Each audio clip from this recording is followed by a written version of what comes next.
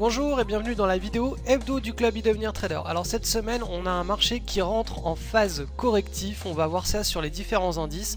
On a aussi un euro-dollar qui nous propose une opportunité de marché à court terme pour prendre des positions longues, et on a aussi, je vais effectuer une analyse des actions qui nous délivraient des profits au cours de ces 2 dernières semaines, sachant qu'au cours de cette semaine-ci, on a eu très peu de choses intéressantes, voire absolument rien du tout. Donc on est vraiment là en train d'entrer dans une phase de distribution sur les bourses, donc il faut rester très défensif et rester très cash.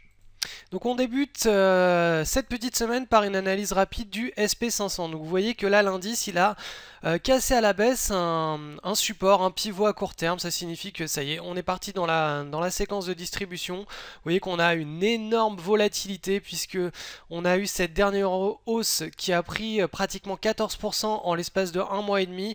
La volatilité est très importante, donc là on va aller certainement chercher le support qui se situe autour de 1950, voir la trendline donc du canal haussier à long terme, voir le support autour des 1800. Donc là on est vraiment dans une phase de distribution sur le SP500.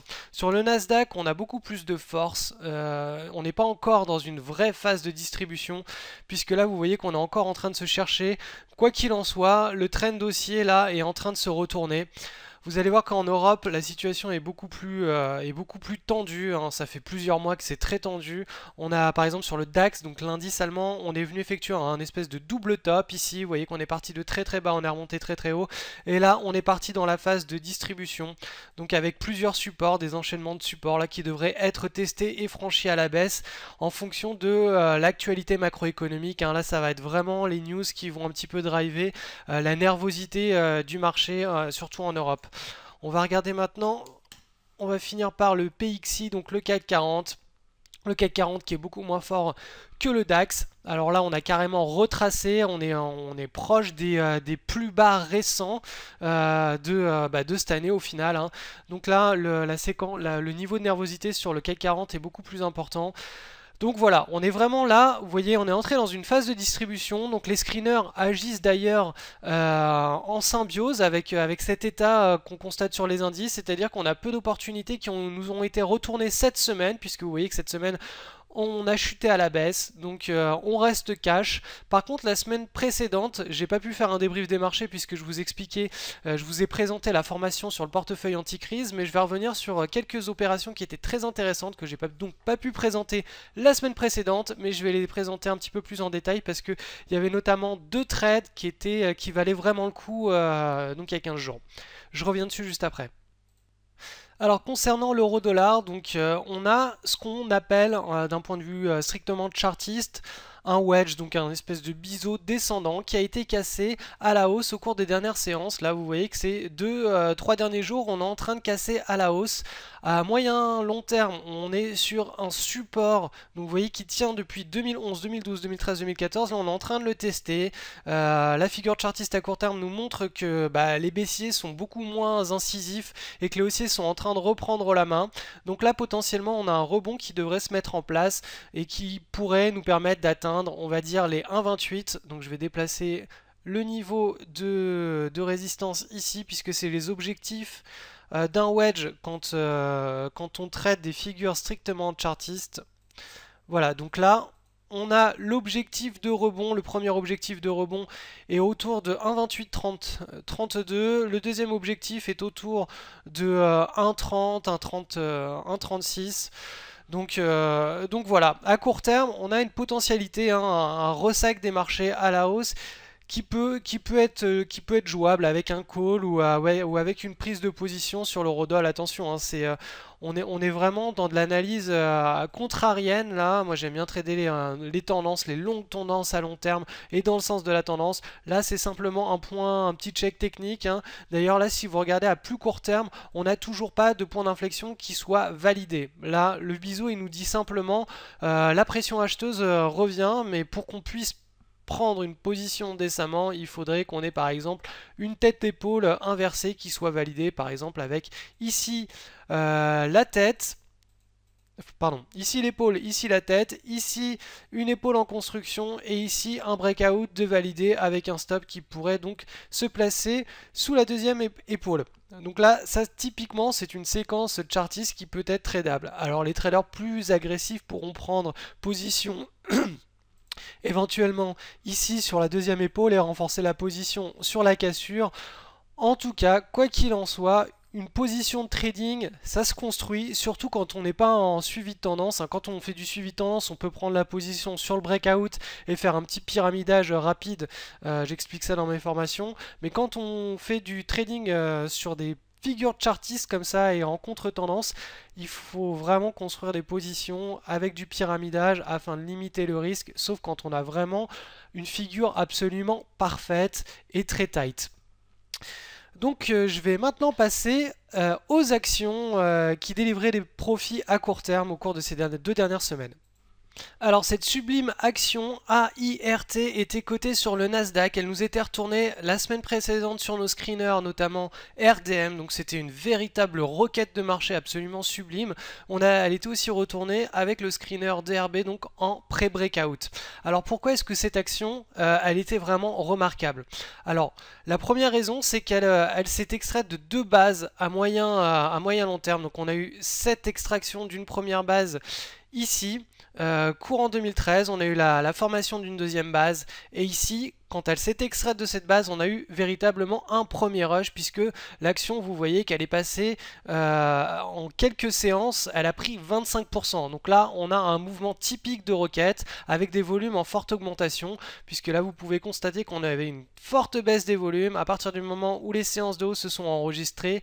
Ici, on a eu véritablement une accumulation de la part des acheteurs. Donc a priori, quand on est là, on ne sait pas si le mouvement va se poursuivre ou pas et c'est pour ça qu'on attend la construction d'une jolie base. Si la base se construit au sens d'une base de requête, type requête de marché, on doit assister notamment à une baisse des volumes pendant la construction de cette base, à des prix qui restent scotchés en haut, donc des prises de bénéfices qui sont très très faibles, enfin qui n'impactent pas à la baisse les cours de bourse. Et ensuite, on a donc une micro-base avec un breakout qui s'effectue dans des volumes ahurissants comme ça a été le cas ici. Donc là on avait une prise de position sur le breakout, en post-breakout aussi qui était possible, quoique là vraiment on avait vraiment quelque chose de très propre hein, pour prendre position sur le breakout en direct. Donc avec les screeners RDM on pouvait détecter cette position sans aucune peine, on pouvait la sortir vraiment, elle sortait complètement du lot sur nos screeners celle-ci.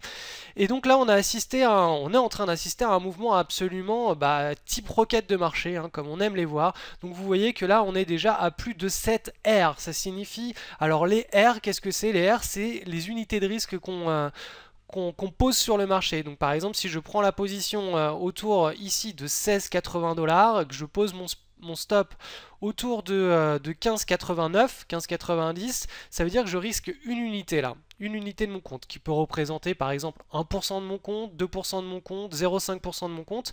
Quoi qu'il en soit, cette unité, si je la reporte à la hausse, là j'en gagne déjà 7. Donc je risque une unité et j'en gagne 7. Sachant qu'on a déjà pris une partie de nos profits sur cette position de requête de marché, on a la deuxième partie de la position qui est en train d'enregistrer actuellement un home run et ce home run semble être très loin d'être terminé puisqu'on a toujours ces volumes qui sont en très forte hausse. Donc là pour tous ceux qui sont en position sur cette requête, et écoutez, ça faisait partie vraiment des belles opportunités, on va carrément dire du trimestre, hein, puisqu'on n'en a pas beaucoup. Quand on est très sélectif en trading, on ne sélectionne que les belles configurations graphiques. Et là pour le coup, on avait les ingrédients qui étaient réunis. Deuxième trade, alors celui-ci concerne un trade de news qui était identifié en hebdomadaire, avec le screener de news en hebdo. Donc on avait quelque chose d'assez typique, hein. Déjà une action qui enregistre un bon trend haussier, donc avec voilà, une psychologie des investisseurs à moyen long terme qui est bonne, qui est présente et qui est à la hausse. On avait cette construction de base qui se resserrait sur la fin avec une tight base, c'est pas une tight base au sens des trades sans news, mais au sens des trades de news, on avait vraiment quelque chose de très propre, resserrement des bandes de Bollinger, un beau pivot mis en avant, des volumes en baisse, et là, le jour de l'annonce de résultats, enfin la semaine là pour le coup, des volumes en forte hausse. Donc là si on repasse sur une unité de temps en daily, et qu'on analyse la news, on se rendait compte que le float était de 8,8 millions d'actions, ce qui est vraiment magnifique, hein. Quand on a quelque chose en dessous de 25 millions d'actions au float, on est vraiment dans une action qui a le potentiel de décaler fortement au cours des semaines et des mois à venir. On avait donc une progression des bénéfices par action de 48%, une augmentation du revenu de 25% et surtout les analystes qui ont été carrément battus à plat de couture, hein. C'est-à-dire que leurs attentes en termes de chiffres sur les bénéfices ont été surpassés de 22%. Donc là on avait une prise de position possible sur ce trade de news et par la suite cette action nous était aussi ressortie sur le screener notamment RDM, des requêtes de marché.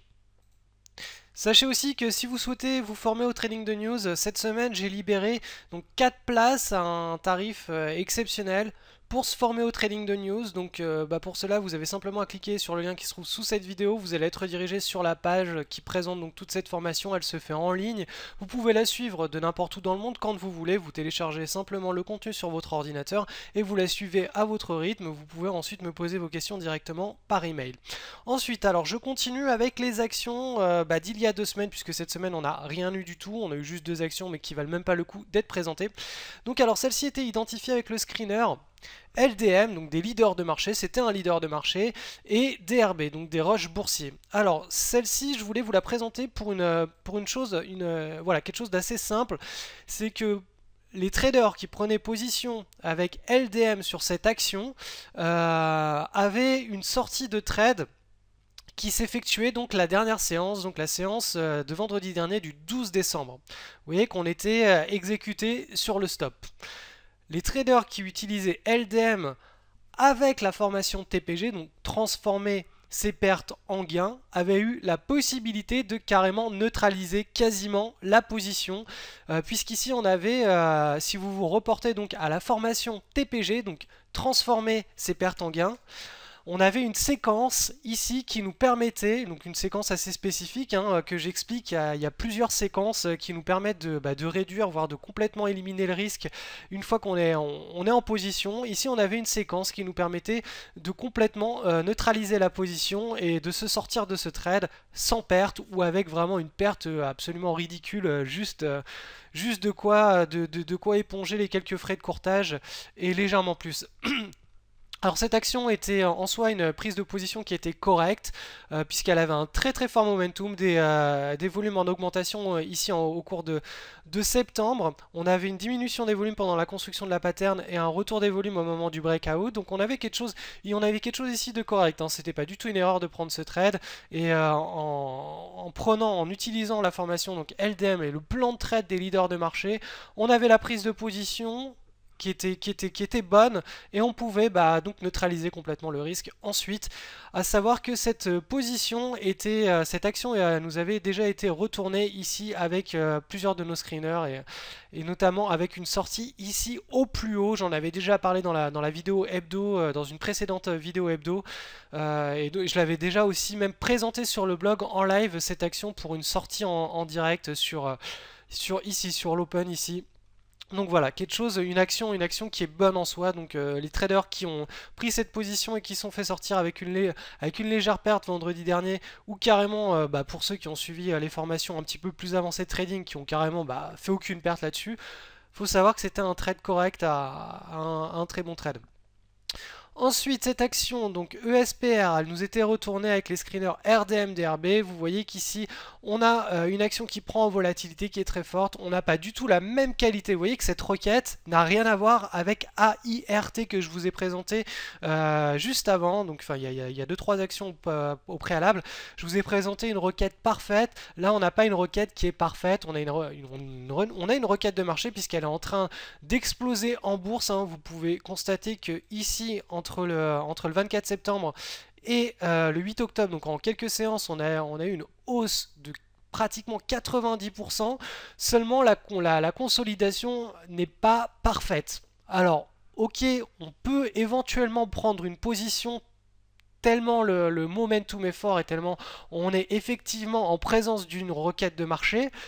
Mais dans l'idéal, quand on veut vraiment trader et être très rentable et uniquement se concentrer sur le fait de faire de l'argent et de ne pas s'amuser sur les marchés, on ne trade que des cas d'école. Là, on n'était pas dans un cas d'école total.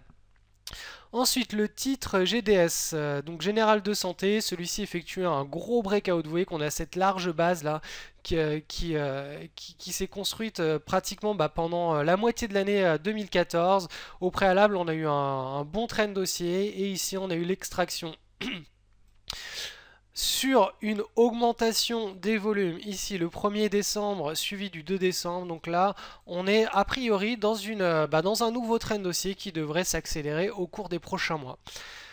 Les deux dernières actions sont MARA, donc celui-ci, cette action est traitée sur le Nasdaq, elle était identifiée avec le screener DRB et le screener de news. Pour moi, elle n'a pas un fort intérêt au-delà, en dehors des volumes ici qui sont bien présents sur les séances de hausse. Alors là, on a eu une tentative de breakout ici le 13 novembre. Vous voyez qu'on n'avait pas si vous avez suivi la formation entrée au bon moment, donc EABM, je vous explique quelles sont les actions à sélectionner sur les screeners pour pouvoir éviter ce genre de faux signal. Donc là on n'avait pas du tout une construction de base qui nous permettait de mettre un ordre. Par contre ici là on l'avait, cette construction de base qui nous permettait de poser un ordre ici sur le breakout, voire sur une renforce ou une véritable prise de position sur la validation du breakout. Or là on n'a pas une action qui à mon sens en tout cas, et au sens de la formation entrée au bon moment, qui explique comment repérer des cas d'école. Ici on n'a pas un cas d'école. Donc reportez-vous simplement à la grille de lecture de la formation entrée au bon moment pour avoir tous les détails. Et dernière action qui est un petit peu spéciale, alors celle-ci puisqu'on n'est pas sur des plus hauts, vous voyez qu'on est assez loin des plus hauts, on n'a pas non plus une large base très tight qui s'est construite. Cependant ça faisait partie des breakouts d'il y a 2 semaines, on est toujours sur des zones ici de prise de position qui peuvent être prises notamment sur une validation ici du trend avec, on va dire, un stop ici sous le pivot. Et ensuite, dès que le mouvement part, on peut mettre en place justement ce que j'explique dans la formation transformer ses pertes en gains, donc une neutralisation du risque, une réduction du risque le plus rapidement possible. Pourquoi est-ce que je parle de cette action? Tout simplement parce que cette action, en général, si on constate son histoire, une fois qu'elle fait un breakout, les breakouts se terminent toujours souvent par des forts trends aussi, comme ça a été le cas ici en février, mars. On a eu vraiment ici après ce breakout un mouvement parabolique ici, un climax run de combien de pourcents? On va voir ça, de 70%. Et là actuellement on est en train de s'extirper d'une large base. Alors vous voyez que la base ici elle est loin d'être d'aussi bonne qualité que la base de fin 2013 qui était visible ici. Cependant voilà, ce genre d'action est capable de nous enregistrer des forts mouvements haussiers. Alors j'en parle mais je ne recommande pas une prise de position dans le cadre d'un trading ultra rentable, ultra sérieux. Par contre si vous êtes en paper trading ou que vous tradez avec de toutes petites positions, pour pouvoir justement apprendre à placer vos ordres à plage de déclenchement chez votre courtier, pour pouvoir commencer un petit peu à trader. Donc quand vous êtes en phase d'apprentissage, l'idée c'est d'essayer de se concentrer sur les meilleures opportunités. Et si vous voulez quand même trader d'autres opportunités que vous n'arrivez pas donc à discerner entre une bonne opportunité et un cas d'école, vous pouvez prendre des positions, mais uniquement des positions qui soient ridicules. En phase d'apprentissage, on ne trade pas comme avec la même approche du risque qu'on a quand on est en phase de trading réel, c'est-à-dire quand on maîtrise bien tous les concepts. Avant de trader avec de l'argent qu'on est on met vraiment de l'argent sur la table, on risque des pourcentages de son capital. Il y a une véritable phase d'apprentissage. C'est pas magique, ça s'apprend pas du jour au lendemain. Il faut plusieurs semaines de suivi des marchés. C'est une activité professionnelle comme une autre. Il y a beaucoup de traders, on est beaucoup de traders à en vivre très très bien. Si vous voulez faire partie de cette catégorie de traders, il n'y a pas de secret, ça demande plusieurs trimestres, plusieurs années pour certaines personnes, mais plus vous êtes rigoureux et plus vous atteindrez ce niveau de rentabilité qui est récurrent et qui est régulier. Mais ça doit passer vraiment par la sélection et la qualité vraiment des setups de trading. C'est vraiment une clé. Quand on maîtrise tous les concepts de trading, donc la prise de position, le pyramidage, la réduction du risque, donc on transforme ses pertes en gains le plus rapidement possible, le fait de savoir sortir au bon moment quand on a différents types de mouvements qui se mettent en place en fonction des niveaux statistiques de risque. Une fois qu'on connaît tout ça, si vous voulez, une fois qu'on a suivi les formations, on connaît tout ça, mais après il faut le mettre en application, et pour ça il n'y a pas de secret, il faut suivre jour après jour. C'est pas long, ça demande entre 15 et 30 minutes chaque soir, mais il faut le faire tous les jours de manière régulière, comme ça pendant des semaines, pendant des mois, et les traders les plus rigoureux auront le plaisir de pouvoir être rentables assez rapidement, bien plus rapidement que les traders qui ne sont pas rigoureux et qui vont essayer de switcher d'une méthode à l'autre en n'ayant pas trop confiance, en cherchant. L'idée, non, c'est vraiment de se former à une méthode et d'en devenir un expert. Donc je vous le rappelle, cette semaine, je vous propose une grosse promo sur la formation au trading de news, qui est une formation avec plus de 9 heures de vidéo. Il y a plein de modules, elle est absolument complète, c'est-à-dire que même si vous partez de zéro, que vous n'avez jamais placé un ordre en bourse, cette formation couvre tout. Elle a vraiment l'avantage de couvrir du débutant au trader le plus confirmé.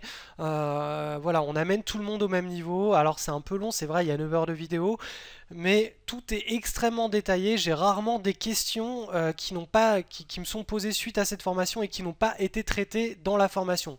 C'est-à-dire que tous les traders que j'ai formés sur cette formation ont vraiment tout compris, et les traders qui me posaient des questions suite à cette formation, c'est qu'ils avaient mal vu ou qu'ils avaient sauté une ou plusieurs vidéos de cette formation. Donc il faut savoir qu'en trading, il y a trois grandes approches qui exploitent des anomalies de marché. Il y a le momentum qui est très fort sur quelques mois, le momentum qui est fort sur plusieurs mois. Donc sur plusieurs mois, on appelle ça des leaders de marché. À quelques semaines, à quelques mois, on appelle ça des roquettes de marché, puisqu'on a un momentum qui est très très fort et une très très forte volatilité. Et on a ce qu'on appelle les PEAD, qui sont des trades sur news, donc sur des surprises qui étonnent le marché et qui permettent d'assister à des gros décalages de marché. Donc c'est ce que de prix, en tout cas de bourse, c'est ce que j'enseigne donc dans la formation, qui est intégralement basée sur une anomalie de marché que j'exploite depuis plusieurs années. Il y a énormément d'exemples d'ailleurs qui sont sur le blog, qui ont été publiés. Vous pouvez un petit peu faire vos recherches. Il y a beaucoup de trades en live qui ont été publiés aussi au cours de ces dernières années. Voilà, bref, cette formation est absolument immanquable si vous tradez les actions. Ça fait partie des pépites, surtout que des trades, il y en a peu chaque année, il y en a peu chaque trimestre, mais en général c'est toujours des trades qui rapportent beaucoup, puisque on risque peu, et les news engendrent des gros décalages de prix qui nous permettent d'accumuler beaucoup de R, donc d'unités de gain en rapport aux unités de risque. Donc pour cela, vous avez simplement cliqué sur le lien qui se trouve juste en dessous de cette vidéo. Vous allez être amené sur la page de description de cette formation, et vous aurez, si vous êtes assez rapide, droit à l'une de ces 4 places pour pouvoir profiter de cette promo spéciale fête de Noël sur le trading de news. On se retrouve juste derrière pour votre formation.